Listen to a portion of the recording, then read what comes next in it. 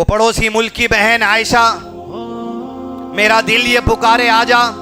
ऐ मेरी बहन वही नाचने में, अगर तेरी मौत का मरहला आ जाता, अल्लाह बचा लिया तुझको, उस मरहले में मौत ने दिया।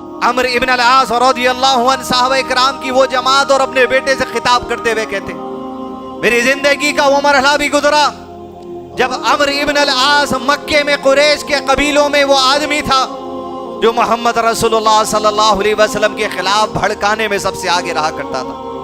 आप सल्लल्लाहु अलैहि वसल्लम के खिलाफ में खुतबे देने में, कुरान से रोकने में, हदीस से रोकने में, दीन से रोकने में, ईमान लाने वालों के दुश्मन बन जाने में, लोगों के खिलाफ करने में, अल्लाह की दीन के खिलाफ करने में, अल्लाह के रसूल के खिलाफ करने में सबसे आगे मैं रहता था। अमर इब्न अल-आस गवाही देते और मेरी कैफियत तो ये थी कि सारे मक्के के अंदर अगर कोई दिल था कि जिसके दिल में मोहम्मद सल्लल्लाहु अलैहि वसल्लम के कत्ल के शोले अगर गूंजते, वो अमर इब्न अल-आस का दिल था कि मेरा दिल चाहता कि जब मोहम्मद मेरे हाथ को लगते, मेरे हाथों से उनका कत्ल हो सल्लल्लाहु अलैहि वसल्लम।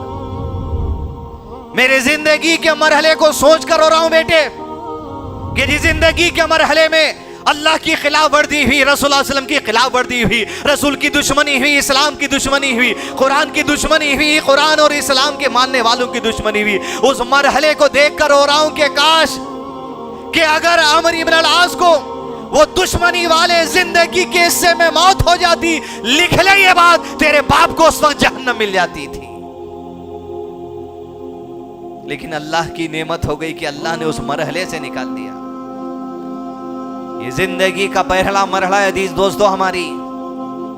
अभी कई लोग होंगे जो जिंदगी के इस मरहले में होंगे और कई लोग हैं हम में से अल्हम्दुलिल्लाह खुद में जो इस जिंदगी के मरहले से अल्लाह सलामती से निकाल दिया।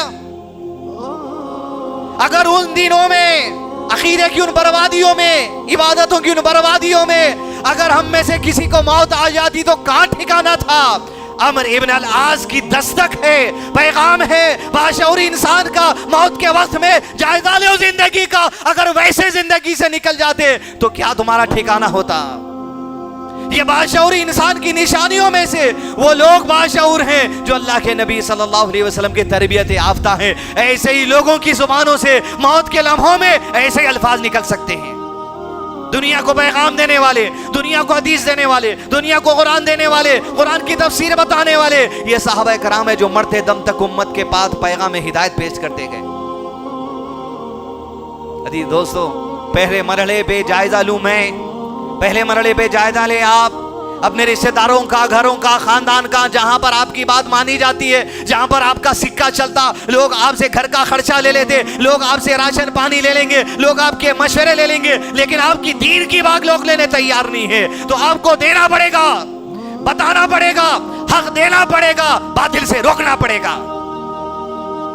सोच के देखिए जिंदगी के वो मरहले जो आपके थे आज दूसरों के हैं। दावती काम नहीं किया जाएगा, दीन की बात नहीं पहुंचाई जाएगी, दीन की सरबुलंदी नहीं की जाएगी, तो उनका ठिकाना क्या होगा। और अगर आप आंख बंद करके बैठ जाएंगे, अगर इस हाल में मौत हो जाएगी तो हमारा ठिकाना क्या होगा। वो पड़ोसी मुल्क की बहन आयशा, मेरा दिल ये पुकारे आजा। न जाने कितनी लड़कियां उसके बाद मुतासिर होकर अपना टिकटॉक उस पर बनाने लगी, अपने 30 सेकेंड्स के 200 रील्स उसके ऊपर बनाने लगी। ऐ मेरी बहन वही नाचने में, अगर तेरी मौत का मरहला आ जाता, अल्लाह बचा लिया तुझको, उस मरहले में मौत ने दिया, अल्लाह तुझे हिदायत दे दे। और वो लड़कियां और वो लड़के जो उससे मुतासिर होकर उसी तरीके से अपने नाच, अपने बदन, अपनी नुमाइश को, अपने बालों को, अपने मेकअप को, अपने जेवर को गैर महरम दुनिया भर के अंदर जो आम कर रहे हैं, याद रख लो यही मरहले में अगर मौत आ गई तो अल्लाह के लिए करीब क्या तुम्हारा ठिकाना होगा। यकीनन वर्ल्ड कप चल रहा है, फिटनेस चल रहा है, गेम चल रहा है, लेकिन ये दीवानगी, ये पागलपन, एक गोले के पीछे, एक बैट के पीछे, ये पागलपन में अगर मौत हो जाए तो अल्लाह के करीब क्या ठिकाना होने वाला है, तसव्वुर करके देखिए।